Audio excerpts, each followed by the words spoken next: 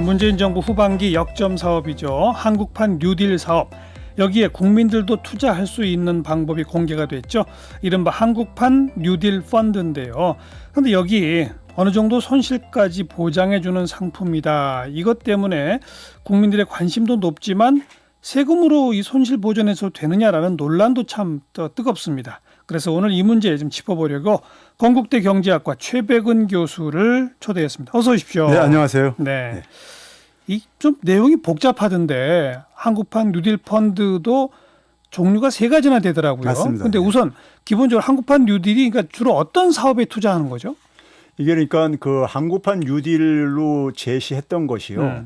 디지털 생태계하고 그린 생태계를 육성하겠다 그랬었거든요. 디지털 사업하고 예. 환경 관련 사업 그렇죠. 그런 예. 거죠. 대표적인 게 이제 그린 스마트 스쿨 같은 경우를 얘기를 했죠. 예. 그러니까 이제 그 학교가 전국에 한 5천 몇백 개가 있다래요. 예. 근데 그걸 이제 그러니까 좀 이제 스마트화 시켜야 될 필요가 있으니까 비대면 수업을 하고 그러려면요. 예. 거기다가 이제 기후 위기 이런 게 있으니까 좀 이제 신재생 에너지를 좀 이제 그러니까 사용하자. 네. 뭐 이런 것들이죠. 그러니까요. 예. 학교 건물에 태양광 뭐 이런 걸로 전기 그렇죠. 생산하도록 예. 하고 대신에 그 건물 안에는 최첨단 디지털 기기들이 들어가 있고 그렇죠. 예. 뭐 이런 거 예. 그러니까 그림이 딱 그려지네요. 예. 근데 그런데 투자하는 회사 기업들한테 투자할 펀드를 말하는 거죠. 그렇죠. 근데 펀드 종류가 3가지나 돼요. 왜 이렇게 많아요? 이제 그러니까 그 아무래도 이제 대통령께서요. 이제 기존의 이제 펀드들을 보게 되면요. 예. 민간 자본을 유치를 할 때 그러니까 이제 정부 자본만 가지고 할 것이냐 아니면 민간 자본도 좀 유치해서 할 거냐는 이런 문제를 결정을 해야 되는데 장단점이 있잖아요. 정부 자금만 했을 때는 그러니까 이제 아무래도 뭐 국채 발행이라든가 이런 걸 해야 되니까요. 그렇죠.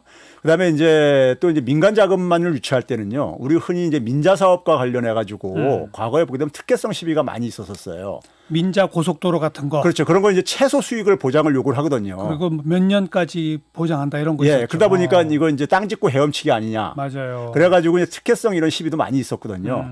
그래서 이제 이런 장단점이 있는데 여기에 이제 이번에 이제 그 문재인 대통령이 어떤 방향을 제시를 했냐면요. 이게 이제 아무래도 이제 인프라 같은 경우 투자를 할 경우에는 그 해당 지역이 있을 게 아니에요. 예. 그 지역 주민들이 좀 참여를 해가지고 그 이익을 그러니까 지역 주민들이 공유할 수 있게 좀 하자. 예. 이제 이런 이제 취지를 이제 제안을 했어요. 예. 그러다 보니까는 이제 국민 참여형이라는 것이 좀 이제 방점이 들어간 거죠.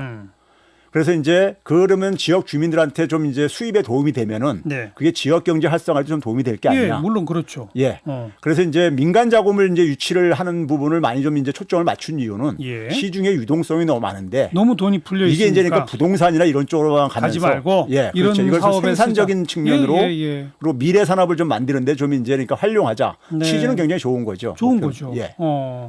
그리고 여기서 수익이 나면 예. 정부도 그렇고 민간 참여한 민간도 그렇고 수익이 나면 이익을 쉐어할 수 있으니까 더더욱 좋은 거죠. 그렇죠. 예. 그런데 이 기본적으로 그린 뉴딜, 디지털 뉴딜 이쪽에서 수익이 날 수 있느냐, 기대 수익이 어느 정도냐 이게 저 핵심이네요. 그렇죠. 그래서 이제 여기에 이제 그러니까는 사실 3개 펀드인데요. 네. 3개 펀드인데 하나는 이제 그러니까 정책형 뉴딜 펀드라고. 맞아요. 이게 이제 그러니까는 일반 국민들이 참여할 가능성이 높은 부분이에요. 정책형 뉴딜 펀드부터 설명해 주세요. 예. 여기는 정부가 먼저 돈을 낸다면서요? 그러니까 이제 한 20조 정도를 이제 목표로 하는데 20조. 그 중에 한 7조 정도를 예. 7조 정도를 그러니까 이제 정부 관련 돈들을 이제 그러니까 여기다 이제 유치를 한다는 얘기죠.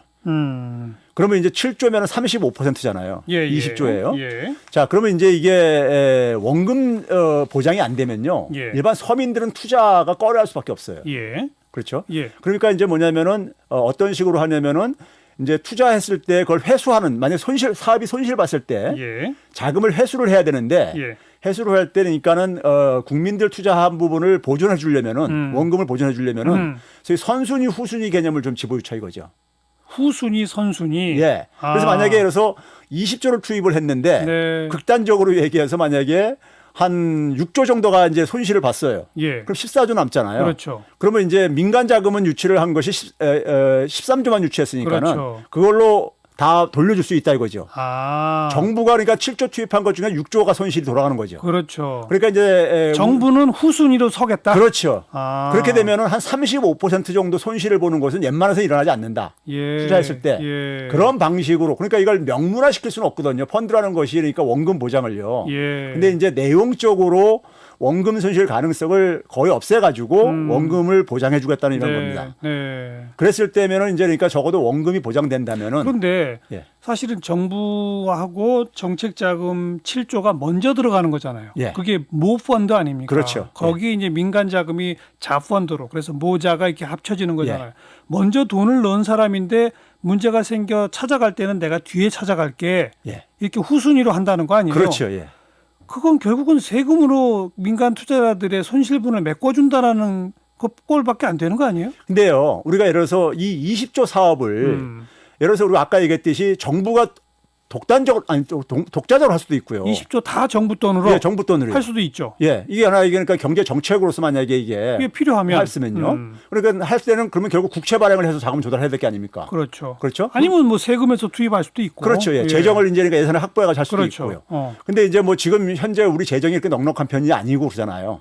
그러면 이제 그랬을 때 적어도 국채를 만약에 발행할 경우에는요. 예를 들면요. 그러면 이제 국채 이자율로 나가죠. 나가죠. 또 두 번째는 뭐냐면은 사업을 했다가 예. 손실을 볼 수도 있는 거예요. 물론이죠. 정책 사업은. 물론이죠. 예. 그러니까 이제 그 부분을 정부가 하더라도 사업이 손실을 볼 가능성은 얼마든지 있다 이거예요. 있죠. 예. 우리가 뭐 이명박 정부 때 해외 자원 개발 사업들 많은 손실 봤잖아요. 네, 네. 근데 그거 가지고 법적 책임 안 묻거든요. 예, 예. 정책적인 결정이었었기 때문에. 예. 그러면 이제 이것도 마찬가지죠. 그러면 예를 들어서 정부가 다 해도 손실 볼 가능성은 있는 건데 근데 이제 뭐냐면 민간 자금을 유치한다고 해가지고 정부가 그러니까 손실을 그러니까 그 봐가지고 네. 손실을 보게 되면 세금이 이제 그만큼 이제 저거 되는 거죠. 그렇죠. 낭비가 되는 거죠. 그러면 이제 그게 그러니까 법적으로는 문제가 없고 그렇지 않도록 이제 그러니까 운용은 하겠지만은 네, 네. 그런 가능성에 대해서 그러니까는 그것은 뭐 정부가 정책적으로 독자적으로 하더라도 불가피한 측면이 있을 수가 있다 이렇게 보는 거죠. 그런데 예. 그럼 이 사업은 말이죠. 아까 그 이명박 정부 때 해외 자원 개발 얘기했잖아요. 예. 그런 거는 이제 자원공사나 이런 저희 소위 정부 기관들이 한 거 아닙니까? 공기업들이 예. 일종의 국책 사업으로. 근데 이번 이 사업도 공기업이나 이런 국책 사업으로 하는 거예요? 아니면 민간 업체들이 이런 사업을 벌이는데 거기에 이 펀드가 투자를 하는 형식입니까? 투자하는데 그 운용 방식이요. 예. 운용 방식은 아직 확정은 안 됐어요. 그러니까 예를 들어서 이제 그러니까 뭐 예를 들어서 이제 민주당의 양양자 의원 같은 경우는 그 운용을 그 돈을 자금을 예. 운용하는데 거기 뭐 이제 레드 팀도 집어유치하고 이런 얘기 하는 게 레드 팁이 뭐예요? 이게 이제 좀 견제할 수 있는 그 내부에서 그러니까 이게 만약에 공무원이라든가 예, 준 예. 이런 분들이 하게 되면은 예. 자기 어차피 이해하고 별 관계가 없으니까는 예, 예, 예. 좀 이제 신중하지 않게 투자할 수도 있다 이거죠. 예, 그러면 손실 가능성도 높아질 수도 있죠. 그런 걸 피하기 위해서는 이걸 좀 이제 펀드 운용을 그러니까 좀 더 합리적으로 운영하기 위해서 그리고 이제 수익을 추구하기 위해서 그러니까 그 20조 모아놓은 돈이 있다고 치면 그 예. 돈을 어느 회사에 얼마씩 줄 것이냐 예. 이런 거 누가 결정하냐 이거죠. 그러니까 이제 그 펀드를 운영하는? 운영하는 어. 운영을 이제 어떤 식으로 이제 구성할 것이냐는 것은 아직은 이제 확정은 안 됐어요. 그리고 또 그 투자 대상은 공기업만이 아닌 거잖아요. 그렇죠. 민간 기업도 맞습니다. 예. 일반 예. 주식시장에 상장돼 있는 기업들한테 투자할 수도 있는 거 아닙니까? 그렇죠. 그런 거죠. 그러니까 이게 이제 그 운영 주체가 굉장히 투명하고 나름대로 그러니까 어떤 전문성을 가지고 있는 이런 게 이제 선정이 돼야 되겠죠. 그러니까 운영 주체 문제는 그렇고요. 아까 최 교수님의 설명에 대해서 제가 이제 반론을 펴려고 이런 얘기를 한 겁니다. 예. 이명박 정부 때 해외 자원 개발 사업은 정부가 공기업을 시켜가지고 국책 사업으로 막대한 돈을 투자했어요. 예. 정책적 판단을 한 거예요. 예.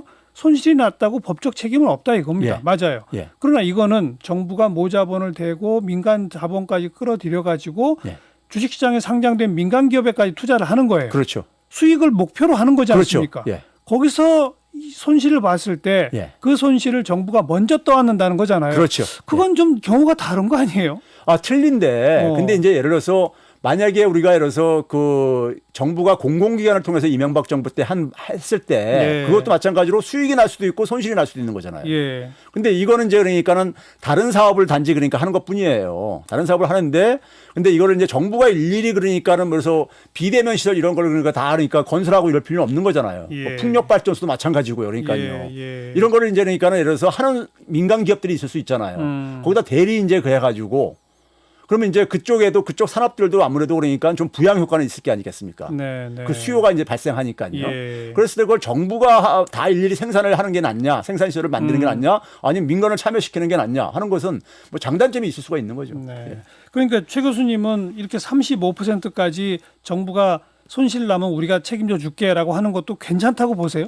이게 법적으로 문제가 없는 거예요. 아니 근데 예. 법을 떠나서 예. 근데 이렇게 보장을 안 해주면요, 네. 이게 민간 자금 유치가 안 됩니다. 그런가요? 예. 저는 단지 그것보다도 민간 자금이 유치가 안 될 정도면 별로 수익성이 없는 사업이란 얘기 아니에요? 그런데 이제 기대 수익성이? 그런데 이제 문제는 뭐냐면 이 그 수익성이 있냐 없냐는 것은 저는 또 다른 별개의 문제라고 봐요. 그러니까 수익성을 그러니까 만약에 그게 내지 못하고 큰 손실을 보게 되면은 예. 나중에 이게 그러니까 이명박 정부 때 자원개발 사업처럼 두고두고 이제 이건 이제 많이 나올 수가 있는 거죠. 그러니까요. 그렇기 때문에 잘 해야 되는 거죠. 네. 예. 뭐 지금 35% 얘기를 쭉 하셨는데 오늘 오후에 기재부가 다시 보도 참고 자료를 냈어요. 네. 어제 발표한 보도 자료에 보면 정부의 위험 부담 수준 등 세부 사항은 펀드의 성격과 정책적 중요성을 고려해 결정하되 기본 10%로 한다. 이렇게 돼 있답니다. 근데 이제 설명하는 과정에서 부총리랑 금감위원장이 최대 35%라는 얘기를 막 한 건데 그렇죠, 예. 그건 아니래요. 그러니까 이제 10%랍니다. 근데 이제 이렇게 간 거죠. 20조 중에 네. 7조를 여러 이제 자금이 들어오는데 공공적인 성격이 산업은행 자금도 뭐 구할 것이고 네. 그러니까 7조라는 게 20조의 35%라는 얘기죠. 그러니까 최대가 그러니까요. 그러니까요. 근데 예. 그때 그 7조 전부 다를 후순위로 할 건지 그렇죠. 그 중에 일부만 후순위로 할 건지 그렇죠. 예. 이건 아직 결정이 안 그러니까 됐다는 그거는 거고 이제 기본은 10%만 후순위로 할 계획이다 이런 거예요 지금. 그러니까 이제 그거는 이제 여러 가지 유형을 저는 만들 수 있다고 생각이 들어요. 아. 금융 상품이라는 것은 어차피 예. 리스크가 크면은 예. 그만큼 수익을 많이 좀 보장을 해주고 수익이 좀 많이 한 데다가 좀 확실한 데다가 하이 투자를 하는 리스크 거고. 하이 리턴이죠. 그러니까 좀 수익이 확실한 데다가 좀 이제 운용을 하는 것이고요. 만약에 상대적으로 수익성이 좀 이제 불투명해 보이는 것은 아무래도 그러니까 원금 보장성에도 강화를 해줘야 되는 거죠. 네. 그러니까 다양하게 설계를 할 수 있어요. 네. 예. 국민들이 이 정도 손실 한 10%까지는 일단 보장해 준다라고 만약 설계가 끝났다면 예. 그럼 많이 투자할까요? 저는 좀 이번에 이제 이 발표에 대해서 처음에 대통령이 제시한 거하고 약간 좀 거리가 멀어져 갔다 이렇게 잡아요. 왜요? 그러니까 아까 얘기했듯이 이렇게 펀드를 모집할 때요. 과연 그러니까 그 지역 주민들이 일반 그러니까 완전히 서민들 같은 경우가 예, 예. 그래서 수백만 원 기껏해 수천만 원 정도 투자할 수 있는 예. 이런 분들이 얼마나 참여할 수 있겠는가. 그러니까요. 그런 부분에서 오히려 그러니까 저는 이게 좀 약해졌다 이거예요. 그리고 그러면 이거 일반 국민들 좀 예. 자금의 여유가 있는 분들이 예. 대개 이런 정책 사업들 같은 경우는 적어도 그 정부가 정권이 유지가 되는 지속되는 기간 동안에는 정책 사업들이 되게 초기에는 그러니까 되게 이제 수익을 많이 냅니다. 네. 내면 결국 뭐냐면 이런 쪽으로 계산이 빠르신 분들은 예. 단기적으로는 투자할 가능성이 있어요. 근데 이제 그게 뭐냐면 일반 국민들 중에서 자금이 여유가 있는 사람들한테 돌아간다는 건데 그럼 일반 뭐 몇백만 원 단위의 투자가 몰리게 하려면 어떻게 해야 되는 거예요? 그러니까 제가 이제 그걸 해서 제가 초기에 얘기했던 것이 좀 수익률을 처음에 이제 한 3%를 얘기를 했었잖아요. 예. 이제 민주당에서 방안이 나왔을 때요. 예. 그러니까 지금 뭐냐면은 그 3%가 어떻게 나온 거냐면요. 최소 수익률. 예. 그러니까 이제 되게 이제 보장하는 수익률은 그렇죠. 그러니까 국채 수익률로 이제 간다. 국채 수익률이 지금 한 뭐 3년물, 5년물에 따라 틀리지만 한 1% 안팎뿐이 안 됩니다. 그렇죠. 연이요. 예. 그럼 거기에 플러스 2% 수익을 더 이제 그러니까 그렇죠. 만들어 주는 건데 그렇죠. 그걸 제가 이제 뭘로 갔냐면은 어차피 지역 주민들한테 혜택을 주는 걸로 이렇게 목표를 잡았으면은 우리 지금 지역사랑 상품권이라는 게 있습니다. 있죠. 지역사랑 상품권이 내년에 지금 정부가 그 기재부에서 아니 행안부에서 예. 책정한 예산이 한 10조 정도로 알고 있어요. 그런데 지역 국회에서 이동주 의원 같은 경우는 한 30조까지 요구를 하고 있어요. 네. 지자체에서는 한 20조 더 추가로 요구를 하고 있고요. 그러면 여기 한 10조를 조성할 때요. 중앙 정부가 거기다가 그러니까 그 부담이 8% 예. 8천억 원입니다. 예. 그러면 30조까지 한다면 2조 4천억 원이 되는 건데 예. 추가 20조를 더 유치를 하게 되면요. 유치를 그 판매를 좀 하는 걸로 하는데 우리가 이래서 1,000만 원을 만약에 지역사랑 상품권에 투자를 했을 때요. 네. 아니 예를 들어서 우리가 200만 원 그러니까 1억 원을 투자를 하면요. 펀드에다 1억 원 투자하면 2%면 200만 원이잖아요. 예. 근데 200만 원만큼을 수익을 지역사랑 상품권을 통해서 얻으려면은 네. 어느 정도 지역사랑 상품권을 사야 되냐면 2천만 원을 사야 됩니다. 예. 10%니까요. 그러면 그 2천만 원을 살 수 있는 권한을 주는 거죠. 지역사랑 상품권을요. 1억 투자한 사람한테. 조금 복잡하긴 한데 예. 지역사랑 상품권과 연계하면 3% 정도의 그렇죠. 수익 보장을 할 수 있다. 그렇죠. 그런 예. 아이디어군요. 그렇게 되게 되면 처음에 얘기했던 게 한 160조 정도를 여기다 예산을 잡았는데 네. 한 16조 정도를 그러니까는 민간 자금을 유치를 할 수 있어요. 최대요. 그러니까요. 네. 예. 지역사랑 상품권과 예. 연계하면 그러니까 지역사랑 상품권으로 우리가 되게 일반적인 국민들이 살 때는 알겠습니다. 지금까지 설명한 게 이제 정책형 뉴딜 펀드 부분이었고 그거 말고 예. 세제 혜택을 주어서 민간 참여를 유도하는 뉴딜 인프라 펀드라는 것도 예. 있고요. 예.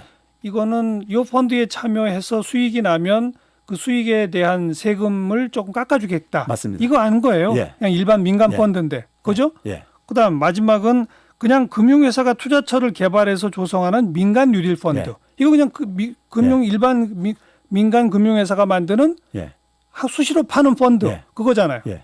그럼 이 두 번째, 세 번째는 돈이 몰리나요? 두 번째, 세 번째. 정책도 잘 안 몰리는데 두 번째, 세 번째도 될까요? 두 번째, 세 번째는요. 예. 기존의 펀드들하고 별 차이 없습니다. 그렇죠. 예. 딱 하나 세금 혜택 좀 준다. 예. 아니면 규제 좀 풀어준다. 뭐 이런 예. 거라고 그러죠. 그러니까 그러면 이렇게 했을 때 세금 혜택을 주면요. 민간 자금들이 여기 들어올 때 네. 그게 이제 그러니까는 정책적인 그러니까 수혜를 볼 수 있다는 확실한 게 있으면은 네. 들어옵니다. 예. 들어오는데 그게 안 보이면은 빠져나가죠. 그렇죠. 그러니까 역대 그러니까 우리가 많은 정부들이 만든 이 공공 펀드들이 있었잖아요. 예, 예. 그런 것들이 되게 정권 바뀌면서 이 흐지부지된 것들이 많이 있단 말이에요. 이명박 정부 때 녹색 성장 펀드. 맞습니다. 박근혜 정부 때 통일 펀드. 펀드요. 지금 뭐 없어요. 예. 그렇죠. 예. 이번 것도 그렇게 되는 거 아니냐 이거죠. 그러니까 이제 이거는 어디에 이제 달려 있냐면요. 그 정부가 추진하는 그러니까 한국형 뉴딜 사업이 산업 정책으로서요. 얼마나 그러니까는 이게 실현 가능성이 있는 사업이죠. 그렇죠. 이거에 따라서 아직 그 그림은 안 나온 거죠? 그렇죠. 그냥 펀드 그림만 나온 거죠? 그렇죠. 몇 개 그리고 예시로 사업만 이렇게 지금 제시하고 있는 거죠. 알맹이가 없네요, 아직. 그렇죠. 그런 점에서 결국 이게 만약에 더군다나 이제 이게 뭐냐면 문재인 정부 이후까지도 이게 그러니까 사업을 진행을 지금 이렇게 하고 있어요. 예. 그러면 결국은 뭐냐면은 예를 들어서 박근혜 정부 때 통일펀드가요. 왜 안 됐냐면은 남북 경협주에다가 투자를 했단 말이에요. 그 펀드를요. 네. 그런데 남북 관계를 박근혜 꽁꽁 정부는 뭐냐면 얼어붙었으니. 한미 동맹을 남북 관계부터 우선시하다 보니까 이게 알겠습니다. 충돌할 수밖에 없는 거였었죠. 결국은 어떤 사업에 투자할 건지 윤곽이 드러나기 시작해야 예. 사람들이 관심을 갖겠네요. 그렇죠. 예. 아직까지는 이거 관심 가질까 말까 판단할 수가 없네요. 그런 단계는 아닙니다. 네. 예. 참고로 그 왜 일본하고 이제 부품 소재 예. 우리가 그 수출 규제 당했을 때 이른바 극일 펀드라고 예. 그거는 민간에서 만든 거잖아요. 맞습니다. 거기에 문재인 대통령도 5천만 원 예. 투자했다는 거. 민간에서 우리나라의 이 부품 소재 산업 하는 회사들한테 맞습니다. 투자한 거잖아요. 맞습니다. 지금 수익률이 50%래요. 예. 그건 있잖아요. 수익이 거의 확실했던 것이 정부가 소부장 사업을 육성하겠다 그랬어요. 그러니까요. 그리고 그 국내 생산품을 우리나라 대기업들도 매입해 줄 수 있는 이런 환경이 조성됐단 말이에요. 그러니까요. 그러니까 당연히 그러니까 이거는 그러니까 수익을 볼 수밖에 없죠. 네. 그리고 거기에 이제 그러니까 수요가 증가한다는 거를 알면서 주가가 올라가고 예. 그럴 수밖에 없다 보니까 수익 실현이 그러니까 지금 됐던 제가 거죠. 얘기하는 것도 그 모델 똑같이 예. 앞으로 우리 정부는 예를 들어서 학교를 리모델링 한다. 예. 그럼 이런 방식의 학교로 리모델링 할 거다. 그거는 정부가 그걸 사주겠다는 거 아닙니까? 그렇죠. 그럼 그런 학교 짓는 회사들이 생길 거 아니에요. 그렇죠. 이런 데 투자하면 되는 거 아니냐 이거죠. 그렇죠. 그게 그린 뉴딜 아닌가요? 또 그렇죠. 스마트 뉴딜이고. 지금 자금을 모아서 그런 데 예. 투자를 하겠다는 겁니다. 그러니까 이게 알맹이. 예, 맞습니다. 그게 핵심이에요. 어디에 투자할 테니 여러분 돈 좀 있으면 한번 관심 가져보세요. 이렇게 해야 되는 거죠. 그러니까 알맹이가 먼저 나와요. 산업 정책이 굉장히 구체적으로 네. 나와야지만이 그림이 나와야지만이. 알겠습니다. 예. 이 펀드에도 상한선은 있는 거죠. 그렇죠. 한 2억까지 그러니까 혜택을 좀 주겠다는 것이고요. 네. 그 이상은 그러니까 뭐 아무래도 이제 고액 자산가들이니까 네. 하겠다는 겁니다. 근데 이 정부도 이건 어떻게 보면 물건을 파는 거잖아요. 그렇죠. 펀드에 예. 물건 파는 순서가 좀 잘못됐네요. 그러니까 이게 아무래도 이제 그러니까 알맹이 먼저 내놓고 팔아야지. 그렇죠. 그러니까 이게 정책을 그러니까 만드는 사람들하고 예. 이걸 이제 그러니까 뒤에 이제 그러니까는 사실 지금 뭐 이 코로나 이런 상황 속에서요. 지금 뭐 소상공인들 이런 문제가 심각한 상황 속에서 이건 사실 좀 장기적인 저거란 말이에요. 물론이죠. 예, 그런데 당장 대책이 아닌 그렇죠. 거죠. 예. 건국대 경제학과 최백은 교수 고맙습니다. 네, 감사합니다.